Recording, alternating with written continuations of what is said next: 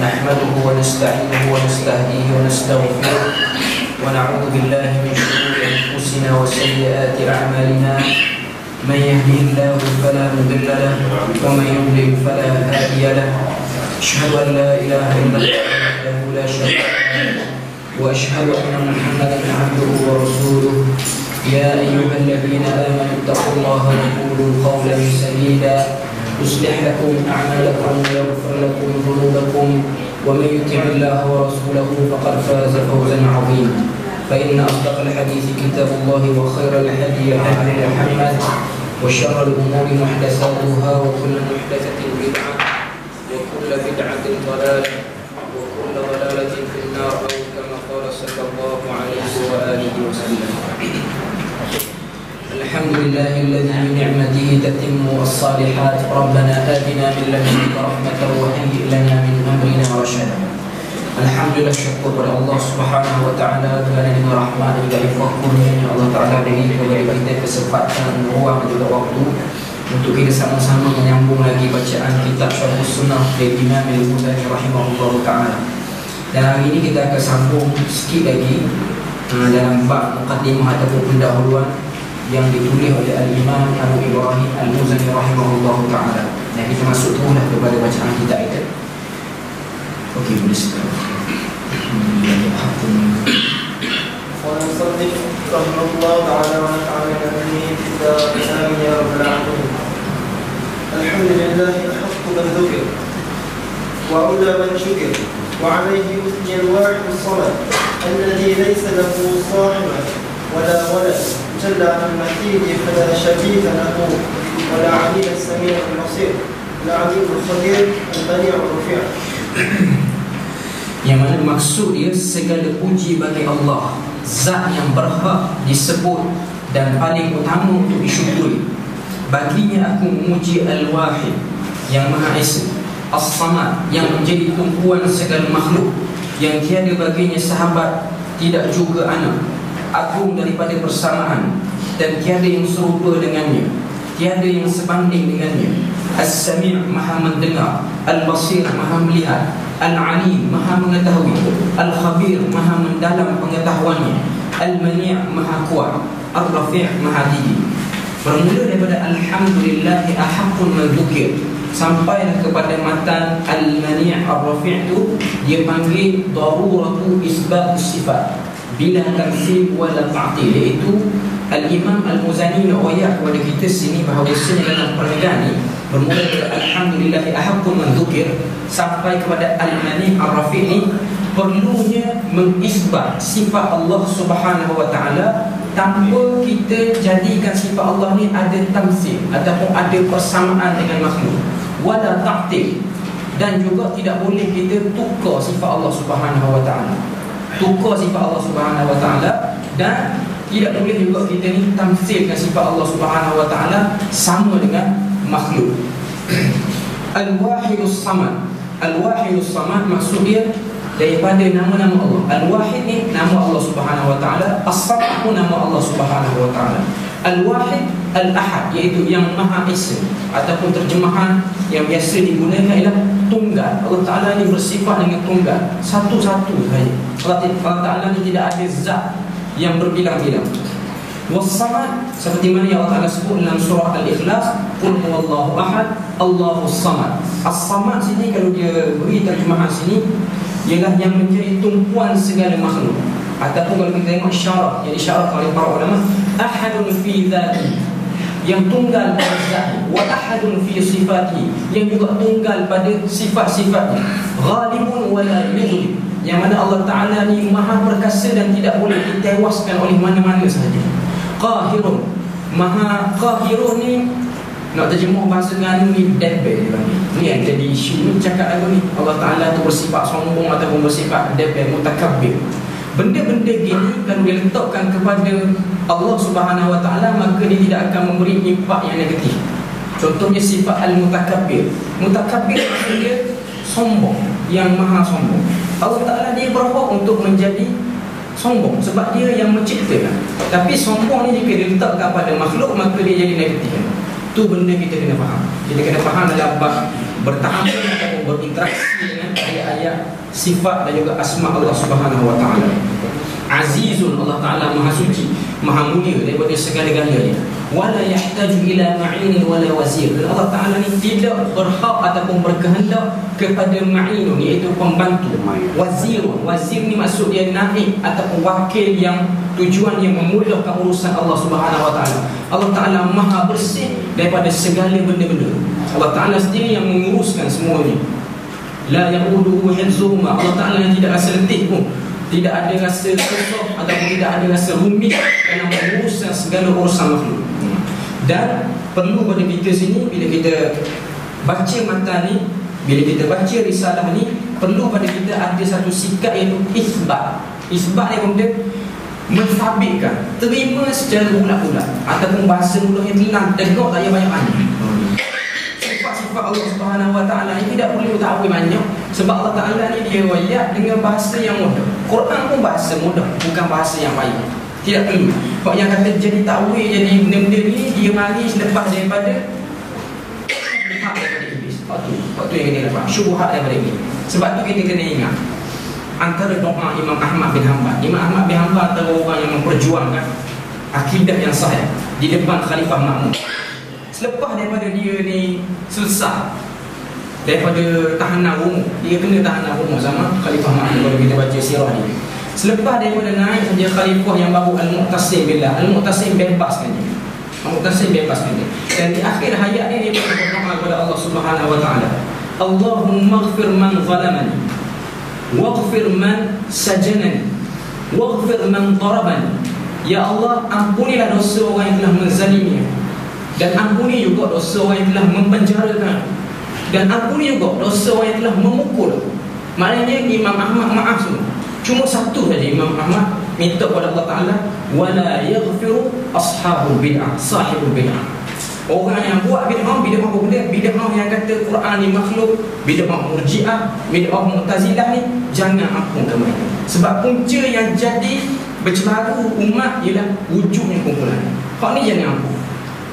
Bahayanya kesan ahli bid'ah menyebabkan kita ni tidak jelas dalam bab memahami sifat Allah Subhanahu wa taala yang asalnya mudah saja untuk difahami, sehingga masuk syubhat-syubhat, pengaruh ilmu kalam menyebabkan kita nampak nak memahami sifat Allah Subhanahu wa taala ni sulit. Sebenarnya benda tu mudah saja. Okey, terus kepada sifat yang kedua, bab yang pertama. Al-'ulu 'alin 'ala 'arshihi bi dhatihi wa huwa dani bi'ilmihi min khalqihi. Okey. Sifat yang pertama ialah al-'ulu. Al-'ulu kita akan terjemah maksudnya tinggi. Tinggi lawan dia rendah. Itu benda pertama yang kita kena faham. Tingginya sini kita akan bahas tinggi dari segi zat Allah Subhanahu wa taala dan juga tinggi dari segi ilmu Allah Subhanahu wa taala. 'alin 'ala 'arshihi. Dia tinggi di atas arasy-Nya dengan zatnya. Bizatihi wa huwa danin bi'ilmihi min khalqihi. Dia tinggi di atas arasy-Nya dengan zatnya dan dia dekat dengan ilmunya terhadap makhluknya. Kalau kita tengok nota kaki bawah tu, nombor 49, sifat al-'ulu. Ulu yakni bermaksud ketinggian Allah Ta'ala, termasuk daripada sifat-sifat zatiyah yang sabit disebutkan dalam Al-Quran, As-Sunnah, ijma', akal dan juga fitrah. Maknanya sifat tinggi ni adalah sifat yang disepakati. Quran sendiri pun sebut, Nabi pun sebut, ijma' ulama' pun. Sebenarnya Allah Ta'ala bersifat dengan sifat tinggi ni, ijma' para ulama'. Tidak ada yang dikatakan ditakwil apa semua ada. Okay? Dan dia bersesuaian dengan fitrah manusia. Kita baca lagi bawah tu nota kaki. Sifat ulu terbahagi kepada dua.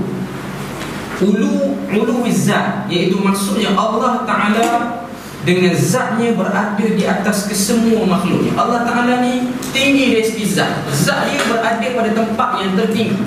Zat ni bahasa mudah nak faham, body, jisim lah. Zat ni, zat. Kalau kita, zat kita ni tubuh badan kita, kulit, daging tu zat ni. Tapi Allah Ta'ala bukan gitu, cuma ayat ni untuk faham. Zat tu maknanya Allah Ta'ala tu sendiri. Okay? Dia ni berada pada kedudukan paling tinggi, zat dia tu sendiri.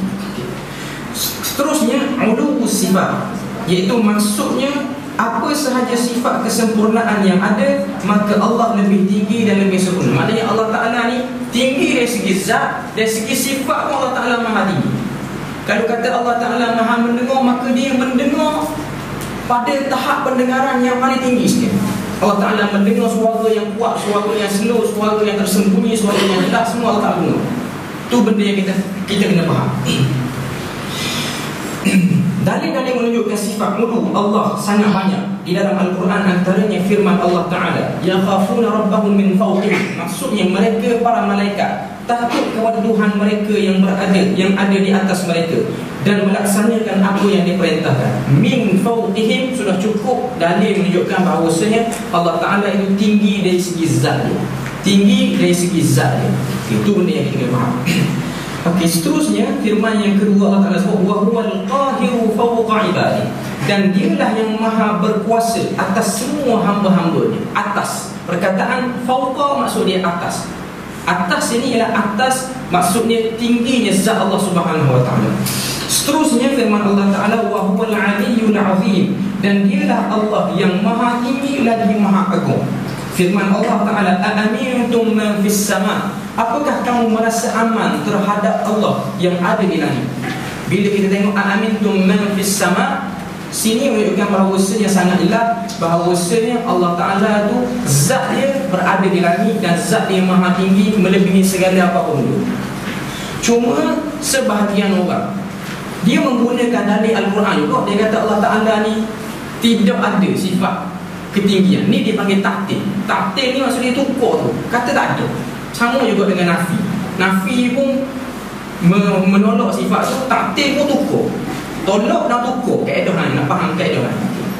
Dia guna pokok ni, dia guna lagu mana? Dia guna dalil daripada Al-Quran. Dan dalil itu ialah daripada surah Al-Mujadalah ayat yang ke-7. Allah Ta'ala sebut, ma yakunu min najwa salasatin illa huwa rabi'uhum wala khamsatin illa huwa sadisuhum wala adna min dhalika wala akthara illa huwa ma'ahum aynama kan thumma yunabbi'uhum bima 'amilu yawmal qiyamah innallaha bikulli syai'in 'alim. Ayat yang ke-7 daripada surah Al-Mujadalah. Ma yakunu min najwa. Ayat ni nak cerita tentang Allah Ta'ala ni maha dekat dengan hamba dia dengan ilmu dia, bukan zat dia. Tapi orang salah faham. Satu kelompok ataupun beberapa kelompok dia salah faham. Dia kata ayat ni dalil menunjukkan bahawasanya Allah Ta'ala bersama dengan zat dia ni sekali dengan kita. Saya tekan dulu terjemahan makna dia. Ma yakunu min najwa salasatin illa huwa rabi'uhum. Tidaklah bisikan orang yang cakap dua orang, melainkan yang ketiga tu Allah Ta'ala.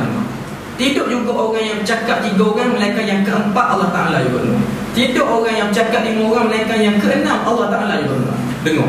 Wala adna min dzalik, dan tidak ada yang lagi dekat berbanding Allah Ta'ala itu sendiri. Wala akthar, dan tidak ada yang lebih daripada itu lagi. Illa huwa ma'hum, melainkan Allah Ta'ala itu bersama dengan kamu aina makan. Di mana saja tempat berada, Allah Ta'ala akan berada dengan kamu. Thumma yunabbi'uhum bima 'amilu yawmal qiyamah. Kemudian Allah Ta'ala akan membuka segala amalan bila mana kita ni berada di padang mahsyar di hari kiamat. Innallaha bikulli syai'in 'alim. Allah Ta'ala itu maha mengetahui akan segala sesuatu. Golongan ni dia salah faham. Dia kata ayat ni mengatakan zat Allah Subhanahu wa Ta'ala ni berada di mana-mana. Bahasa mudahnya Allah Ta'ala di mana-mana. Macam sebahagian orang duk canang cerita ni. Okey. Dia kata Allah Ta'ala ni dia bukan zat dia bukan duduk atas arasy, bukan duduk atas langit. Zat dia berada di mana-mana. Kita kena faham sini sebab Allah Ta'ala tutup ayat surah Al-Mujadalah ni dengan innallaha bikulli syai'in 'alim. Allah Ta'ala itu maha mengetahui segala sesuatu. Allah Ta'ala sifatkan diri dengan alim. Alim sini maknanya Allah Ta'ala mengetahui dengan ilmu dia. Alim mengetahui dengan ilmu dia. Zat dia tetap berada di tempat yang tinggi, iaitu di langit. Zat dia tetap berada di situ. Cuma dia tahu segala urusan makhluk dia ni lah dengan ilmu dia. Mungkin dalil ni, pokok ni dia macam kurang sikit. Ada satu lagi dalil yang lebih kuat daripada surah Qaf ayat yang ke-16, yang mungkin biasa kita dengar orang-orang yang aliran tarikat tu, orang-orang yang berakidah dengan wahdatul wujud ke, dia akan guna dalil ni. Wa nahnu aqrabu ilaihi min hablil warid. Dan Allah Ta'ala itu lebih dekat dengan kamu berbanding urat lehermu sendiri. Ayat ni memang biasa digunakan sebagai dalil nak kata bahawasanya Allah Ta'ala ni zat dia bersama dengan makhluk. Ni dia panggil akidah wahdatul wujud. Akidah ni lah yang telah diimani oleh Ibnu Arabi, yang mana Ibnu Arabi telah dihukum sesat oleh sebahagian besar ulama. Ibnu Arabi ada dua orang, seorang Ibnu Arabi, seorang lagi Ibnul Arabi. Ibnul Arabi ada alif lam, Ibnu Arabi tak ada alif lam. Ibnul Arabi ada alif lam ni orang alim dalam bab fiqh, Abu Bakar Ibnul Arabi. Ibnu Arabi ni falasifah mutasawwifah al-batiniyah, dihukum oleh para ulama. Dia ni golongan batin, dia beriman dengan akidah hulul dan ittihad. Hulul dan ittihad ni kemudian, hulul ni percaya bahawasanya zat Allah Subhanahu Wa Taala ni berada dalam semua zat-zat makhluk. Maknanya dalam diri saya ada zat, dalam diri kawan ni ada zat, semua zat Allah ni bagi ada. Dan yang kedua dia panggil ittihad. Ittihad ni kemudian zat makhluk boleh naik bersama dengan zat Allah Subhanahu Wa Taala. Kalau kita buka muqaranatul adyan, bab perbandingan agama, akidah Laduni ni berasal daripada agama Hindu sebenarnya. Akidah Syaria Laduni, dan dia mari daripada agama Zoroaster, agama Parsi lama dulu. Dan sebahagian tarekat beriman dengan cara Laduni. Dia ada amalan-amalan tertentu yang dia buat, yang dia percaya bila kita buat amalan ni, kita akan dapat ittihad dengan zat Allah Subhanahu Wa Taala. Dan akidah ni memang akidah yang makruh dan sesat, akidah yang terkeluar, bukan seperti mana yang diajar oleh Allah Subhanahu Wa Taala, juga yang diajar oleh Nabi sallallahu alaihi wasallam. Akidah ittihad dan hulul, dan majoriti hampir kesemua tarekat dia ada kepercayaan, hampir kesemua. Pengalaman saya pernah bercakap dengan orang-orang yang mutasawwifah batiniyah, golongan batiniyah ni, dia percaya, dia ada buat amalan-amalan. Saya pernah bercakap, tua dah orang, tua mati dah orang kampung sendiri, dia main tarekat. Kalau saya dengar cerita, dia sebelum ni pengikut ayat dia sebelum ni, lepas tu dia taubat, dia masuk tarekat baru dah. Dia kata dia buat satu amalan untuk mendapat ittihaduz zat, bersatunya zat kita dengan Allah Subhanahu Wa Taala. Dia buat amalan zikir-zikir dia sehingga dia dapat di-Isra' dan di-Mi'rajkan seperti mana Nabi SAW. Ini semua kerja dengan dia. Dia kata saya siapa dia cerita ke saya tu, pak kita tak pergi belajar, kita pun hong gitu lah masa tu. Cuma pada masa tu Allah Taala beri daripada kita ni ada rasa syak dan ragu terhadap hidup. Orang yang tak tahu benda nampak bijak, dia cakap ni macam tu.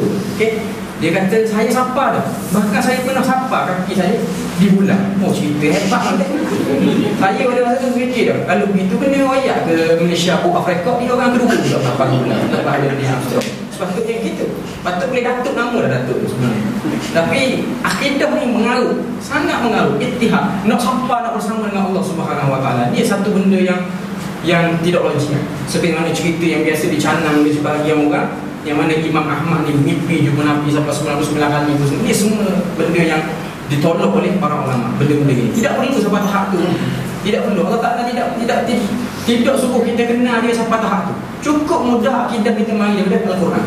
Seterusnya, qala huna wa huwa dalil bi'ilmihi. Saya nak baca sikit benda ni, uraian dalam kitab-kitab syarah. Allahu muttali'un 'ala 'ibadihi ya'lamu wasawisal sudur wa khafaya ad-dhama'ir. Okey, muka surat 36 tu, nota kaki dia lagi. Firman Allah Subhanahu Wa Taala, "Inna rabbakumullahu alladhi khalaqas samawati wal arda fi sittati ayyam, thumma istawa 'ala al-'arsy." Thumma istawa 'ala al-'arsy. 'Arsy maksud dia adalah kemudian Allah Taala bersemayam di atas 'arsy. Ini satu sifat yang kita kena sabitkan. Kita kena isbatkan sifat Allah Ta'ala ni bersemayam. Bersemayam ni bahasa mudah, ni duduk. Ni tepat nak balah sini. Ni bab tamu nak balah dengar bab tamu. Nak tahu Imam Syafi'i dan anak murid dia berakidah sini. Bab pertama sekali pun seleher dia dengan orang lain. Hak yang nak jadi balah sini dah. Istiwa maksud dia duduk. Bahasa mudah duduk. Cuma bahasa beradab bersemayam. Bersemayamnya raja, maknanya duduk atas tahta singgah sana ni, tu bahasa mudah. Tapi duduk Allah Subhanahu, kita isbat Allah Ta'ala ni istiwa. Tapi kita tidak kata Allah Ta'ala istiwa macam mana kita duduk atas kursi. Mudah je nak faham sebenarnya. Cukup mudah. Allah Ta'ala ni duduk atas arasy dan dia tidak duduk seperti mana makhluk. Mudah. Bahasa mudahnya begitu. Kalau orang yang pada otak dia clear, tak ada syubhah, tak dengar buah mengaruh, dia boleh faham secara clear. Tapi orang yang sudah dimasuki logik akal, maka dia bermasalah untuk faham dia ni. Sebab akan ada bisikan yang kedua tu. Duduk ni sama lah dengan makhluk. Dia akan mari. Hak yang sama dengan makhluk tu dia panggil bisikan. So, dia kata pada kita, dia kata pokok ni dia kata kita menyamakan Allah Subhanahu Wa Taala dengan makhluk. Tapi sebenarnya siapa yang start menyamakan Allah Taala dengan makhluk? Dia yang mari mikir tu. Kita tak pernah sama. Kita kata Allah Ta'ala duduk. Quran sebut duduk. Mudah. Duduk kita tak sama. Allah Ta'ala sebut dalam Quran, Allah Ta'ala ni ada wa yabqa wajhu rabbika dzul jalali wal ikram. Allah Ta'ala ni yang kekal hanya muka Allah Subhanahu Wa Ta'ala di hari kiamat. Muka Allah Subhanahu Wa Ta'ala. Muka. Ini sebab sifat Allah Ta'ala ni ada muka. Dia ada muka. Tapi muka kita tak sama dengan muka Allah Subhanahu Wa Ta'ala. Muka kita dengan muka buruk tak sama tak? Bahasa mudah kita nak faham. Muka kita orang-orang cakap muka kuala, tak sama. Guna bahasa muka. Muka tembok tak sama. Mana muka tembok tak ada itu. Tapi bila mari nak berinteraksi dengan sifat Tuhan, jadi bayang nak sama dengan makhluk. Sebab apa gitu? Sebab ni syaitan cocok. Kamu kena akidah hak sunnah. Jadi mari nak cakap pada Tuhan, mesti dia banding dengan makhluk. Hak yang nak mari banding tu sebenarnya sudah dikira sebagai syubhat. Sebenarnya kalau pintu tu ditutup pada mereka awal, maka benda ni tak ada masalah. Akidah ni tak ada masalah. Sebab tu Imam Ahmad berdoa supaya tak diampunkan golongan ni. Golongan ni yang awak mari penuh. Siapa kali ni kata dia muskilah ataupun kesamaran ni masih lagi berlega dalam masyarakat ni. Orang tak faham. Benda cukup mudah, tapi jadi payah sebab orang kita siapa syubhat dulu, siapa benda yang tak jelas dulu. Sekarang ni masyarakat kita ni, dia siapa hak takwil dulu, tak siapa hak isbat. Siapa jadi takwil dulu. Jadi kaedah untuk kita bercakap dengan ni, kena buang kepercayaan takwil dia dulu, supaya mudah untuk dia faham dia isbat. Kalau kita mengaji dalam bab ilmu kalam, nak cakap dengan orang ni ada tiga jenis. Orang yang khaliyul zihn. Orang yang khaliyul zihn ni lah orang yang benda ni otak dia kosong. Hak ni mudah untuk dia cakap. Dia tak dapat maklumat benda. Orang yang kedua dia panggil orang yang sudah ada maklumat tapi tidak jelas. Okay. Orang yang lagu ni, kaedah yang cakap lagu ni, buang dulu ataupun sahih dulu maklumat yang dalam pada otak ni. Majoritinya masyarakat awam gitulah. Dia tak terima akidah ni dengan sebab dia dengar takwil dulu. Ustaz-ustaz mengajar style takwil dan dia tak faham secara sepenuhnya. Orang yang kata dok mengaji sebab rumah tak faham secara sepenuhnya. Kalau kita terang secara molek, dia akan boleh faham. Dan golongan yang ketiga ni paling payah, dia sudah berakar dalam kepala otak dia. Hal ni hanya kerja Allah Subhanahu Wa Taala. Inilah hikmah berlakunya Allah Ta'ala nak tunjuk pada kita, manusia ni dia ada pilihan-pilihan rezeki. Macam kita baca depan ni, kita akan baca bab macam mana Allah Ta'ala telah letak ke ahli syurga, telah letak ke ahli neraka sebab jadinya ahli syurga. Kita akan baca depan ni.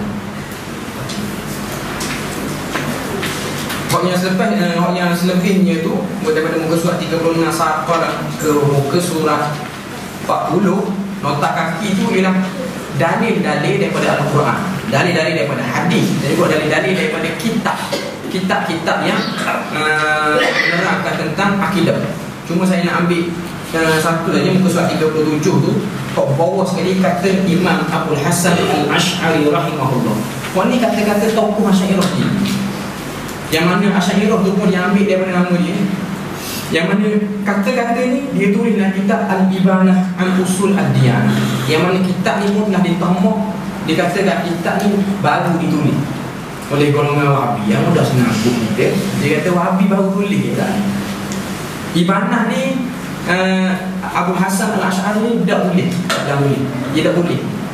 Sebenarnya kalau kita tengok kitab Ibanah, dia Imam Abu Hasan Al-Ash'ari dia ada buat satu kitab yang luar lagi, iaitu kitab Maqalat Islami. Maqalat Islami ni masa tu dia masih kuat lagi Asy'ariyah ni. Ibanah ni dia tulis dekat-dekat hayat dia, dekat-dekat dia nak wafat. Kita tengok pattern dia sama lah. Sama saja. Kalau buku sebelah menyebelah orang kata sama, isi yang sama. Maknanya Asy'ariyah yang pada peringkat awal ni tidak bermasalah dia. Dia panggil Asy'ariyah Kullabiyah, yang masih lagi mengisbatkan sifat Allah Subhanahu Wa Taala dan tidak menyibukkan dengan takwil apa semua. Waktu mudah. Waktu yang paling sama. Tapi kitab ni telah diberitahu mahal yang sangat besar. Ada kata kemasuan apa semua macam-macam. Dan sejarah Imam Hasan Al-Ash'ari ni pun sebahagian besarnya dikat sikit bahagian. Maknanya disembunyikan sikit. Kita tengok kata-kata dia, wa jumlatul qawlina.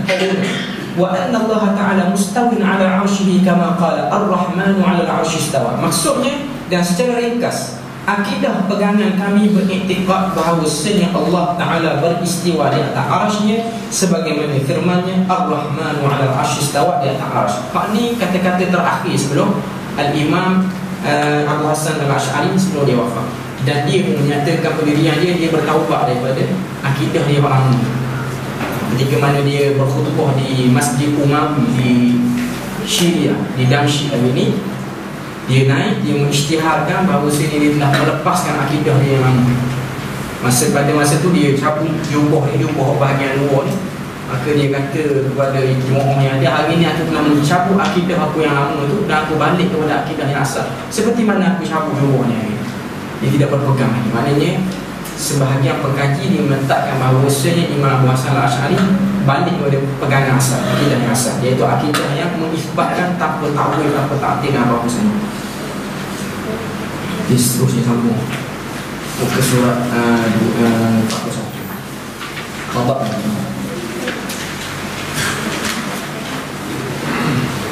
أحاط علمه بالأمور وأنفذ في خلقه سابق المقدور وهو الجواد الغفور يعلم خائنة الأعين وما تخفي الصدور.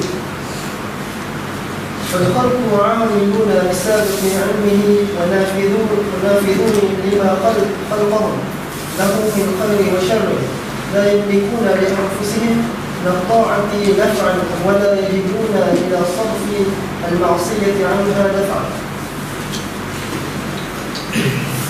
Seterusnya, ahata ilmihi bil umuri wa anfadha fi khalqihi sadiq al maqdur wa huwa al jawwad al ghafur ya'lamu khabinat al a'yun wa ma tukhfi sudur. Qada bermaksud apa yang telah ditetapkan sesuatu ke atas makhluknya, sama ada mewujudkan sesuatu atau menghapuskannya, menghapuskan dan mengubah sesuatu. Qada pula bermaksud takdir yang telah Allah tetapkan ke atas makhluknya sejak azali lagi. Maka berdasarkan maksud ini, qadar mendahului qada. Itu seperti mana yang disebut dalam muka surat 41 lah. Ahata ilmihi bil umuri wa anfadha fi khalqihi. Kalau kita tengok sini terjemahannya saya petik daripada kitab-kitab Arab. Aqulu hadhihi aqidatu ahli sunnah wal jamaah kama sabaq annahum ya'taqiduna anna Allah fawqa 'arsyihi bi dhatihi wa annahu ma'a khalqihi bi 'ilmihi wa anna qada'uhu fihi nafidh wa qadaruhu fihim jari yahdi man yasha'u bi fadlihi wa yudhillu man yasha'u bi 'adlihi la yus'alu amma yaf'alu wa hum yus'alun. Inilah akidah yang sebenarnya. Ahata ilmu, iaitu ilmu yang meliputi segala urusan dan telah terlaksana pada makhluknya segala urusan, qadar ketetapan yang terdahulu. Dan dia Al-Jawad, Maha Pemurah, dan Al-Ghafur, Maha Pengampun. Dia mengetahui pandangan mata yang khianat dan apa yang disembunyikan oleh hati. Ini akidah yang sahih, iaitu kita menetapkan Allah Subhanahu Wa Taala ni zat dia itu berada di atas arasy maha tinggi, dan ilmu dia ni berada dekat dengan kita. Allah Ta'ala dia tahu segala urusan dengan sebab ilmu dia. Dan qada dan qadar juga termasuk daripada urusan ilmu Allah Subhanahu Wa Taala kepada sekalian makhluk. Kalau kita tengok perbahasan qada dan juga qadar, mata kaki 51 tu, qada muka surat 41, qada bermaksud apa yang telah Allah tetapkan sesuatu ke atas makhluknya, sama ada mewujudkan sesuatu atau menghapuskan dan mengubah sesuatu. Qadar pula bermaksud takdir yang telah Allah tetapkan ke atas makhluknya sejak azali lagi. Qada ni ialah Allah Ta'ala telah, secara mudahnya ialah benda yang Allah Ta'ala telah tetapkan, iaitu penciptaan manusia. Manusia telah ditetapkan untuk diciptakan, maka tu dipanggil qada. Adanya malaikat, adanya syurga, adanya neraka, adanya kehidupan alam barzakh, ni dipanggil qada. Ni pendapat yang pertama. Dan seterusnya qadar, maksud dia pula bermaksud takdir yang telah Allah tetapkan ke atas makhluknya sejak azali lagi. Qadar ni ialah takdir yang Allah Ta'ala telah tetapkan sejak azali lagi. Mana? Maknanya beranak-beranak pun lelaki, tidak akan jadi berubah umur 50 jadi puan, akan jadi perempuan. Itu dia panggil qadar yang bergerak selarinya. Ada yang beri pendapat, ada yang kata qada ni macam-macam. Dia berlaku khilaf banyak di kalangan ulama. Yang paling biasa disebut ialah qada ni ialah benda yang Allah Ta'ala jadikan secara umum dan bersifat kekal. Macam terjemahan yang disebutkan dalam kitab kita ni, dalam Syarh Sunnah cetakan kita ni, dia kata qadar tu ialah benda yang Allah Ta'ala jadikan secara azali. Waktu yang disebut dalam kitab ni. Tapi yang saya belajar dulu tu adalah ta'rif bagi qada sebenarnya. Ta'rif bagi qadar lagu lain. Qada ni ialah benda yang Allah Ta'ala jadikan secara azali. Contohnya lelaki Melayu, beranak tu Melayu, tak kata kau ada Cina, Keling semua dah jadi dah. Semua dah mesti mati. Dia ni umur dia takak-takak mana, tu semua masuk dalam qada. Masuk dalam qada. Qadar ni pula yang satu benda yang Allah Ta'ala tetapkan tapi boleh berubah. Qada ni tak boleh berubah. Lelaki mesti lelaki, Melayu mesti Melayu, apa-apa semua. Qadar ni dia boleh berubah. Sebab ada hadis Nabi sebut, sesungguhnya doa ni adalah satu benda yang Allah Ta'ala berikan kepada kita ni yang boleh mengubah qadar. Qadar boleh berubah dengan doa. Jika kita berdoa kepada Allah Subhanahu Wa Taala, sepatutnya kita mati pada umur sekian ni, tapi bila kita angkat tangan berdoa, jadi Allah Ta'ala tangguh lagi. Tu dia panggil qadar. Ataupun kita ni bertukar kepada kefahaman lain, tu pun dia panggil qadar. Ataupun kita ni asalnya tak cerdik, tapi dengan sebab kita ada usaha dan kita minta doa kepada Allah Subhanahu Wa Taala, kita jadi orang cerdik. Tu dia panggil qadar. Qadar yang boleh berubah dengan sebab doa. Lepas tu dia mari dalil ya'lamu kha'inatal a'yuni wa ma tukhfi sudur. Dalil ni ialah daripada surah Al-Mu'min ataupun surah Ghafir, yang bermaksud ya'lamu kha'inatal a'yun. Allah Ta'ala itu maha mengetahui pandangan mata yang khianat. Pandangan mata yang khianat, ataupun dia panggil ain, hasad, pandangan mata yang hasad. Wa ma tukhfi sudur. Ini satu benda yang kita kena beriman. Walaupun benda ni dah biasa disebut, tapi saya suka nak sebut sekali lagi, iaitu tentang akidah kita sebagai ahli sunnah ni percaya bahawasanya ada yang nama dia ain. Sihir, ain. Sihir dan ain benda yang berbeza. Sihir ialah hasil kerjasama antara manusia dengan syaitan untuk merosakkan orang atau merosakkan manusia. Itu dia panggil sihir. Dan ain ni dia terjadi secara neutral, secara begitu saja, dan tidak ada urusan dengan syaitan. Cuma cukup pandangan mata ni melibatkan hati orang, sama ada dia tengok dalam perasaan kagum ataupun dia tengok dalam keadaan dia deki. Ni ain. Ni satu benda yang kita kena beriman. Nabi sebut dalam hadis riwayat Imam Muslim, fa innal 'ainu haqqun. Sungguhnya pandangan mata ni adalah satu benda yang benar, berdasarkan cerita yang berlaku di zaman Nabi dulu. Cerita dua orang sahabat, iaitu Amir bin Rabi'ah dan juga Sahal bin Hunayf. Amir bin Rabi'ah ni seorang sahabat yang masuk dalam kategori Ahlu Badar. Ahlu Badar ni kita tahu kelebihan Ahlu Badar ni, Allah Ta'ala, Nabi sebut bahawasanya ghufira lahum ma taqaddama min dhanbihi wa ma ta'akhkhar. Allah Ta'ala ampun dosa dia. Ni kelebihan Ahlu Badar, sebab dia telah mengeluarkan darah dia, mengeluarkan harta dia untuk berjuang. Orang-orang awam berjuang. Amir bin Rabi'ah ni satu hari dia pernah tengok seorang sahabat nama dia Sahal bin Hunayf. Sahal bin Hunayf ni budak muda pada masa tu. Sahal bin Hunayf ni pada masa tu mandi di kawasan mandi awam. Mandi memang pakai baju lah, mandi. Lalu pada masa tu Amir bin Rabi'ah yang Ahlu Badar, ini nak wayak tentang bagaimana ain itu terjadi. Dan satu benda yang agak susah untuk kita trace ataupun untuk kita faham, dengan kaedah sains susah kita tak faham lagu mana benda ni. Cuma hadis ni cukup untuk kita faham bahawasanya ain itu benda yang terjadi. Bila dia lalu dia tengok Sahal bin Hunayf ni mandi, dia pun tegur, comel kulit Sahal bin Hunayf ni, anak dara dah putih lagi. Dia tegur lagu tu, Sahal bin Hunayf pun rebuk tu Sahal bin Hunayf. Sahal bin Hunayf tak sedar diri, maknanya rebuk dah biasa. Dan pada masa tu sahabat ni cemas. Riwayat ke Nabi SAW, riwayat ke Nabi, Sahal bin Hunayf pesal. Maka Nabi pun tanya, man qatalahu, siapa yang telah membunuh? Nabi sifatkan benda yang kena kepada Sahal bin Hunayf dengan sebab ain ini ialah satu bentuk pembunuhan. Man qatalahu, sahabat dah riwayat. Sehingga Amir bin Rabi'ah sendiri beritahu bahawa aku yang tegur dia tadi. Aku tegur dia, aku kata kulit dia comel dan kulit dia ni anak dara pula putih lagi tu. Dia merasa kagum tengok benda ni, tengok Sahal bin Hunayf yang dia comel. Dia kagum. Maka Nabi pun minta pada Sahal bin Hunayf ni ambil wudu, dan air basuhan wudu tu tak ada, Dan juga air basuhan bahagian dalam. Bahagian dalam ni malu aku semua itulah. Bahagian dalam tadak sekali dan sempoh kepada sahabat ni. Ambil yang ambil berapi awak tegur dia tu, basuh semua air wudu dia, sempoh kepada sahabat Hunain, barulah sahabat Hunain ni pun keboh balik, bangun balik. Ni dia panggil ain. Dan Nabi kata, "Lau kana syai'un sabiqal qadar la sabaqatul ain." Jika ada sesuatu yang boleh mendahului qadar Allah Subhanahu wa taala. Qadar macam saya sebut tadi lah, sepatutnya dia mati masa ni, tapi dengan sebab doa ataupun dengan sebab ain ni dia jadi mati awal lagi kan, atau mati juga. Jika ada sesuatu yang boleh melawan ain, maka boleh melawan qadar, maka ain boleh lawan qadar. Ain ni ialah mata yang tengok orang dalam keadaan kagum, ataupun mata dia tu dia tengok dalam keadaan deki. Dua-dua boleh jadi. Tidak membabitkan syaitan itu semua. Tu benda yang kita kena faham. Sebab benda ni diiktiraf oleh Nabi sallallahu alaihi wasallam. Dan orang kata nak mengelak air ni jangan upload gambar. Tak. Bukan masalah upload gambar FB tu semua, bukan. Nak mengelakkan orang kata jangan, orang panggil dalam bahasa Melayu ni siapa ada pun nak tegur. Yang tegur maka kena penyakit bila orang dah anak-anak kucing tubik apa semua sebab takut kena tegur, kena sakit apa semua lagu tu. Benda tu ada asasnya dalam hadis sebenarnya.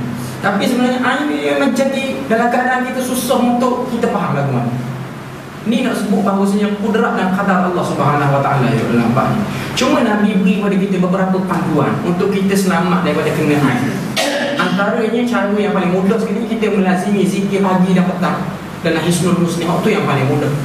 Dan satu lagi Nabi ajar kepada kita ni, bila kita tengok sesuatu benda, jangan takjub tapi doakan keberkatan dia. Allahumma barik lahu. Itu doa dalam hadis yang sahih. Bila kita tengok satu benda yang menakjubkan, maka kita sebut ataupun kita doakan keberkatan. Hadis doa sebut Masya Allah Tabarakallah. Sebab tu kalau kita pergi negara Arab, benda-benda ni biasa. Orang Arab akan tepek di rumah dia bacaan ni, ataupun dia akan tepek depan pintu ni, hadza min fadli rabbi, supaya orang yang tengok rumah dia tu teringat bahawasanya ni adalah nikmat Allah Subhanahu wa taala. Doa tegur ataupun puji neleh apa semua tu. Sebab takut kena air. Sebab tu kereta-kereta di negara Arab pun dia akan tepek stiker lagi. Tapi hadis tu hadis baik. Yang betul ialah Allahumma barik lahu ataupun barakallahu fika. Tu biasanya yang diajar. Sebab dan air boleh jadi dengan mata yang kagum ataupun mata yang deki, semua boleh jadi dengan. Dan benda ni mengatasi kepala otak manusia. Macam saya kena kongsi sebenarnya dalam bab air jadi kuliah di Kelantan. Masa Madrasah Darul Hikmah ni buat daurah kitab tauhid, kitab Syekh Muhammad bin Wahab kitab tauhid, benda ni pun ada disebut dalam kitab tauhid, iaitu kepercayaan ataupun percaya tentang sihir dan ain. Dan Syekh Hasan Al-Faqih daripada Universiti Al-Iman ni diberitahu bahawasanya ain ni sangat banyak terjadi di negara Arab. Dan Nabi pun sebut bahawasanya majoriti umat ni mati dengan sebab ain. Majoriti, sebahagian besar umat ni mati dengan sebab ain. Cuma tak tahu sebab ain. Kalau kita tengok dia cerita pengalaman dia berada di Yaman. Pengalaman dia berada di Yaman. Ada orang tu dia baru beli kereta dia comel baru beli. Kereta yang baru keluar. Dia bawa kereta tu dah ada seorang tegur. Comel kereta ni. Esok boleh start. Kosong. Buat pergi service center kata okey, tak ada masalah. Maka dia buat pergi jumpa orang, dia tanya para ulama, dia kata mungkin terkena air, mungkin. Sebab tu benda-benda ni kena berhati. Sebab orang tegur tu kadang-kadang bukan ilah anak pun. Orang tegur beli kereta baru pun uji saja dia tadi nak. Dalam hati pasang belanggur pun. Gimana dia tengok lah kan ada deki. Kalau yang deki tu lebih kuat lagi jadi. Macam-macam kita ni, orang-orang puji kita ni bukan ikhlas sangat. Kadang-kadang dia puji tu dalam hati tu ada hasad. Cuma benda ni kita boleh defend, kita boleh benteng diri kita dengan amalan-amalan yang Nabi ajar. Antaranya melazimi al-mu'awwizatain, iaitu qul a'udzu birabbin nas dan qul a'udzu birabbil falaq. Benda ni kita kena lazimi. Sebab kita tak tahu bila masa kita boleh kena. Kita tak tahu bila masa kita boleh kena. Jadi air ni satu benda yang kita kena ambil perhatian juga. Jangan kita bermudah-mudah. Dan air ni pun boleh jadi pada diri sendiri. Bukan kata tengok ego orang ni, sebagai ulama kata diri sendiri boleh tengok. Contohnya tengok cermin, tengok semak ego. Boleh tu. Boleh jadi tu. Maknanya ada orang ni cuba ngelak lepas ni dari upload agama. Tak, bukan masalah upload gambar. Kadang-kadang mesti rasa semak pun boleh kena tu. Boleh kena tu. Cuma nak royak benda ni ada dalam agama. Satu benda yang susah untuk kita rungkai dengan kepala otak kita. Dari segi logik memang orang, ada sebahagian orang tak percaya dari segi logik. Sebab benda ni dia bercakap luar daripada logik. Itu yang susah nak percaya. Cuma benda ni berlaku dalam Nabi kita. Ya'lamu kha'inatal a'yun. Allah Ta'ala Maha mengetahui pandangan mata yang khianat, wa ma tukhfis sudur, dan apa yang tersembunyi dalam hati ataupun dalam dada-dada orang-orang yang memandang kepada benda-benda lah, kepada makhluk. Fal khalqu 'amiluna bisabiqi ilmi. Fal khalqu 'amiluna bisabiqi ilmi, dan makhluk melakukan amalan bersesuaian dengan ilmunya yang terdahulu dan melaksanakan apa yang telah dia ciptakan terhadap mereka, sama ada perkara itu baik ataupun perkara itu jahat. Kita tengok nota kaki yang ke-53 muka surat 42. Ini merupakan bantahan kepada Qadariyah yang mendakwa bahawasanya Allah Subhanahu wa taala tidak mengetahui maksiat sehingga dia benar-benar berlaku. Imam Al-Muzani pernah bertanya kepada gurunya Asy-Syafi'i, "Wahai Aba Abdillah, siapakah Al-Qadariyah?" Jawab Asy-Syafi'i, mereka ialah golongan yang mendakwa bahawasanya Allah tidak mengetahui maksiat sehinggalah dia berlaku. Diriwayatkan oleh Al-Baihaqi dalam Al-Manaqib. Kita tengok sikit apa benda ni, huraian para ulama. Aqulu khalaqallahu al-ibad wa anfadha fihim masyi'atihi wa hakama fihim bi'adlihi, lakinnahu qad ja'ala li'ibadihi masyi'atan wa ikhtiyara, fahum yakhtaruna at-ta'a aw al-ma'siyah wa hum yakhtaruna sabila as-sa'adati aw ash-shaqawa, walakinnahum fi dhalika la yakhrujuna 'an iradatihi wa la yastaqilluna bi masyi'atihim 'an masyi'atihi. Amarahu fihi an-nafidh wa qadaruhu 'alayhim jari wa kullun minhum ila ma katabahu lahum aw 'alayhim sahih. Fal khalqa 'amilun, dalam matan fal khalqa 'amiluna bi sabiqi 'ilmihi wa nafiduna lima khalaqahum lahu min khairin wa syarrin. Dan makhluk melakukan amalan bersesuaian dengan ilmu yang terdahulu dan melaksanakan apa yang telah dia ciptakan terhadap mereka, sama ada perkara itu baik ataupun perkara itu jahat. Sini kita kena faham bahawasanya segala perbuatan makhluk, sama ada baik atau jahat, semua ni sudah masuk dalam, sudah ada dalam pengetahuan Allah Subhanahu wa taala. Allah Subhanahu wa taala tahu dah kita nak pilih dia, kita akan mari sini hari ni, kita akan jadi gini hari ni, kita akan cakap ni. Semua tu telah Allah Ta'ala tahu sebelum kita diciptakan. Semua tu Allah Ta'ala siapkan. Semua ada dalam pengetahuan Allah Subhanahu wa taala. Cuma kita kena faham sebagai kefahaman yang jelas bahawasanya kita ada sunnah, kita iktiraf Allah Ta'ala ni tahu. Kita memang letak Allah Ta'ala Maha mengetahui. Cuma kita kena faham bahawasanya Allah Ta'ala dia ciptakan makhluk, dia beri kepada makhluk ni, terutamanya manusia, yang nama dia masyiah dan juga ikhtiar, iaitu boleh pilih, kebolehan untuk pilih nak jadi jahat ataupun nak jadi baik. Hak ni Allah Ta'ala beri kepada makhluk, masyiah ataupun ikhtiar. Dan pilihnya kita terhadap benda tu Allah Ta'ala tahu juga. Allah Ta'ala tahu juga. Dan benda ni akan menjadi hujah kepada kita satu masa. Kita boleh kata Allah Ta'ala sebahagian Qadariyah. Sebab tu kalau tengok nota kaki yang 53 tu, maka ialah jawapan pada Qadariyah. Golongan Qadariyah ni dia kata lagu mana? Dia tolak qadar Allah Subhanahu wa taala. Dia kata lagu mana? Qadariyah ni dia kata Allah Ta'ala ni dah tahu sehingga makhluk tu pilih baru dia tahu. Buat baru tahu. Allah Ta'ala ni dia buat molek aja. Kau yang buat pilih jadi jahat ni tak ada dalam pengetahuan Allah Ta'ala. Ni golongan Qadariyah. Golongan Qadariyah. Dia kata Allah Ta'ala ni dia urus manusia ni molek dah ke, tapi manusia jadi jahat ni tak ada dalam pengetahuan Allah, sehingga Allah Ta'ala tahu bila orang tu buat. Ni khilaf ataupun berselisih dengan ilmu Allah. Kalau jadi gini pada Tuhan, maka Tuhan tu bukan Tuhan, sebab dia ada sifat tidak mengetahui juga. Ada. Allah Ta'ala sudah tahu.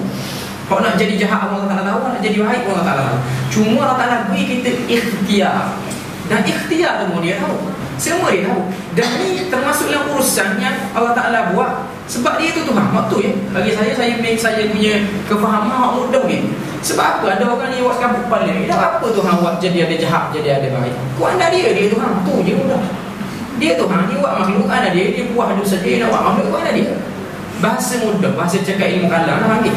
Bahasa cakap style ahli falsafah lagu tu lah. Yang mau mikir sakit kepala tu buat dia. Dia tak suruh mikir, dia suruh mikir lagu mana nak taat aja. Dia tak suruh mikir kerja dia tak suruh bomo tu nak buat. Waktu bahasa mudah ni, bahasa mudah. Yang duk mikir mana Allah Ta'ala buat lagu ni, mana yang jadi dah. Cuma Allah Ta'ala kaya ada nak selamat ikut lagu ni, tak mau selamat kau ada mau tinggal jalan ni. Aku beda pilihan. Dan semua tu aku buka pula pada rumah. Aku buka jalan kejahatan, aku buka jalan kebaikan. Mu yang pilih. Dan mu tak boleh menyalahkan aku sebab aku mempermudahkan pada dua-dua urusan. Mu nak buat jahat pun aku mudah, mu nak buat baik pun aku mudah. Semua mudah. Maknanya tidak ada istilah seperti mana golongan Qadariyah yang mudah. Maknanya kita mati lagi boleh pula kita dakwa Allah Subhanahu Wa Taala sebab Allah Taala ni dia dah urus bahagian kejahatan. Dah benda ni tertolak sekaligus. Fal khalqa 'amiluna bi sadiq 'ilmihi wa nafidhuna lima khalaqahum min khairin wa syarrin wa la yamlikuna li anfusihim min at-ta'ati naf'a. Dan makhluk melakukan amalan bersesuaian dengan ilmunya yang terdahulu dan melaksanakan apa yang telah diciptakan terhadap mereka sama ada perkara itu baik ataupun jahat. Mereka tidak menguasai diri mereka sendiri untuk beroleh manfaat disebabkan oleh ketaatan yang dilakukan. Tidak juga mereka mampu untuk menolak maksiat daripadanya. Nota kaki yang 54, maksudnya manusia tidak mampu untuk melakukan ketaatan dan konsisten dengannya kecuali dengan pertolongan Allah. Begitu juga manusia tidak mampu menolak kemaksiatan melainkan dengan petunjuk dan pertolongan Allah Subhanahu Wa Taala. Dan dia menciptakan makhluk dengan kehendaknya tanpa dia berhajatkan kepadanya. Nota kaki 55. Tak ada nota kaki 55 itu 56 juga. Tak ada, dibubuh saja nota kaki 55. Maknanya waktu matan yang apa benda ni, ولا لا يملكون لأنفسهم من الطاعة نفعا ولا يجدون إلى صرف المعصية عنها دفعا خلق الخلق بمشيئته عن غير حاجة كانت به. Matan yang tu ialah huraian pada khalaqal khalqa bimasyiatihi min ghairi hajatin kanat bihi, iaitu Allah Ta'ala menciptakan makhluk dengan kehendaknya tanpa dia berhajatkan kepadanya. Saya tekan tadi sikit sebenarnya. Allah Ta'ala ni dia buat lagu ni bukan makna kata dia dapat manfaat. Ketaatan makhluk kepada dia tidak beri manfaat kepada dia. Kemaksiatan ataupun keingkaran makhluk dia kepada dia pun tidak beri mudarat kepada Allah Ta'ala. Allah Ta'ala ni sekiranya semua sekali orang ataupun makhluk atas muka bumi ni tidak taat, engkar lagi, Allah Ta'ala tetap Tuhan yang maha berkuasa. Dan sekiranya semua taat, tidak menyebabkan kuasa Allah Ta'ala tambah lebih sikit, tak ada. Ataupun orang tu jadi jahat maka menyebabkan kuasa Allah kurang sikit, tak ada. Semua ni dibuat atas kehendak dia. Ni dia panggil kehendak sebab dia Tuhan. Dia Tuhan dan dia juga Tuhan. Ikut kehendak dia. Ni nak urus lagu mana makhluk ni. Ni satu benda yang kita kena faham. Satu benda yang kita kena tutup pintu dia sampai sekarang ni saja kita cakap. Sebab apa jadi manusia ni porok nganda, ada jahat, ada baik, ada berkosak, ada menyesatkan orang, ada kata orang ni betul, ada berasa dia betul. Benda ni jadi dengan sebab kehendak Allah Subhanahu Wa Taala. Cuma kita punya fokus, kita ikut seperti mana dia nak, betul saja. Yang jadi pusing pening kepala sekali gini sebab wujudnya syubhat. Syubhat saja. Dia gini, syaitan dia akan berusaha untuk kita ni jadi pening, faham? Zat Allah tahu, faham tahu gini. Jadi. Sebab tu mari bab qada dan juga qadar ni adalah satu tempatnya syaitan boleh masuk. Sangat musuh syaitan boleh masuk. Sebab qada dan qadar ni satu benda yang kadang-kadang keluar daripada logik dan kadang-kadang boleh ditimbang dengan logik. Tu yang jadi pening. Sebab tu qada dan qadar ni para ulama tidak cakap panjang nampak. Cuma kita faham bahawasanya qada tu pun daripada Allah, qadar tu pun daripada Allah. Sebab tu sebagai ulama dia tidak bezakan baru. Mari bila bercampur akidah ni, maka pada masa tu munafik terbuka. Qadar kat ni, ada qada mubrah, ada qada muallaq, ni benda-benda sakit kepala. Kita tak ayuh. Sebab qada ni bukan kerja kita, kerja Allah Subhanahu Wa Taala. Kerja kita hanya taat pada dia. Ni kita sedang berbincang tentang kerja Allah Subhanahu Wa Taala kepada makhluk ni. Dan kerja Allah Subhanahu Wa Taala ni tak perlu bincang banyak. Tak perlu bincang banyak. Cuma kita kena bincang kerja kita selepas daripada ni, iaitu beriman pada malaikat apa semua. Jadi tu penutup bagi qada dan qadar. Setakat tu saja. Dan saya rasa sampai setakat tu juga. Untuk minggu seterusnya kita akan sambung balik beriman kepada para malaikat. Kau yang menjadi paling tu qada dan qadar. Kau dah faham pun ada ni awak faham dah. Sebab benda tu memang akan musim. Benda tu memang akan musim. Cuma secara mudah yang saya kata qada dan qadar ni adalah kerja Allah Subhanahu Wa Taala. Cuma disebut juga sebab sini tempat syaitan akan masuk. Syaitan akan tercok supaya kita ni syok kepada Allah Subhanahu Wa Taala. Jadi sebelum saya tutup, saya buka beberapa soalan. Takut ada yang nak bertanya apa semua. Ustaz, rezeki tu masuk bawah qada ke qadar? Rezeki ni termasuk dalam qada Allah Subhanahu Wa Taala. Tak berubah lah. Tak berubah. Sebab ada dalam surah An-Najmi, Allah Ta'ala sebut Allah Ta'ala ni beri rezeki, Allah Ta'ala cukupkan rezeki. Benda tu clear menunjukkan bahawasanya rezeki ni mari daripada qada Allah Subhanahu Wa Taala. Rezeki tu benda yang wajib ada. Cuma banyak sikit tu dia sebagai ulama masuk bawah qadar. Banyak sikit. Rezeki semua manusia yang duduk dalam bumi ni dia ada rezeki. Rezeki memang ada, yang kata tumpik ada rezeki tak ada. Semua sudah ada rezeki. Cuma yang sebahagian ulama dia memasukkan rezeki ni bawah qadar dalam bab banyak sikit rezeki yang dapat. Hak tu bawah qadar Allah Subhanahu Wa Taala. Ustaz, yang topik qadar ke qadar? Kemudian Yang boleh berubah ni. yang boleh berubah ni dalam buku ni ditulis qadar. Tapi yang saya pegang qadar yang boleh berubah. Qadar ni yang bersifat azali. Hak tu yang saya rasa lebih tepat. Hak ni yang penterjemah ni dia pegang lagu tu. Dia kata qada yang boleh berubah, qadar yang tak berubah. Bukan dia tukar gitu. Yang saya kata qada tu boleh, qada ni yang tak berubah, qadar ni yang boleh berubah. Tu yang jadi sakit pada sebab sudah ada pecah ni. Yang paling mudah sekali pendapat ulama dia tak bagi. Qada dan qadar ni semua ni senang. Qada dan qadar ni ialah ketetapan yang azali dan juga ketetapan yang boleh berubah. Senang. Tak payah pecah-pecah. Waktu paling selamat kan, paling dah sakit pada sekali nak pegang waktu pada tak salah. Sebab benda ni bukan satu benda yang perlu diberi perhatian sebenarnya. Perlu beri perhatian, perlu tahu Allah Ta'ala ni ada qada dan qadar. Cuma nak lebih detail tu orang kata ni membuka pintu-pintu lain tu. Membuka pintu lain. Cuma kita yang paling mudah ni yang saya pegang ialah qada ni ialah benda yang azali. Macam saya contoh ni, qada ni ialah tubik tu laki yang tak akan berubah ataupun ada je kematian dalam kehidupan. Itu yang qada. Maknanya tak ada orang yang hidup pada mati-mati pun sudah ada.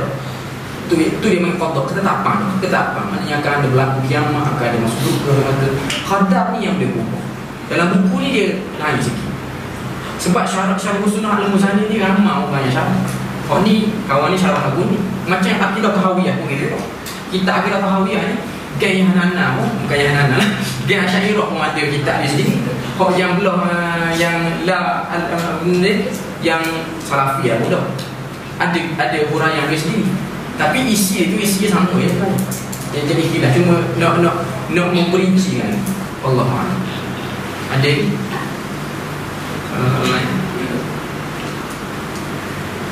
ada setakat itu saja. Subhanallahumma wa bihamdihi asyhadu an la ilaha illa anta astaghfiruka wa atubu ilaik. Wassalamualaikum warahmatullahi wabarakatuh. Kuat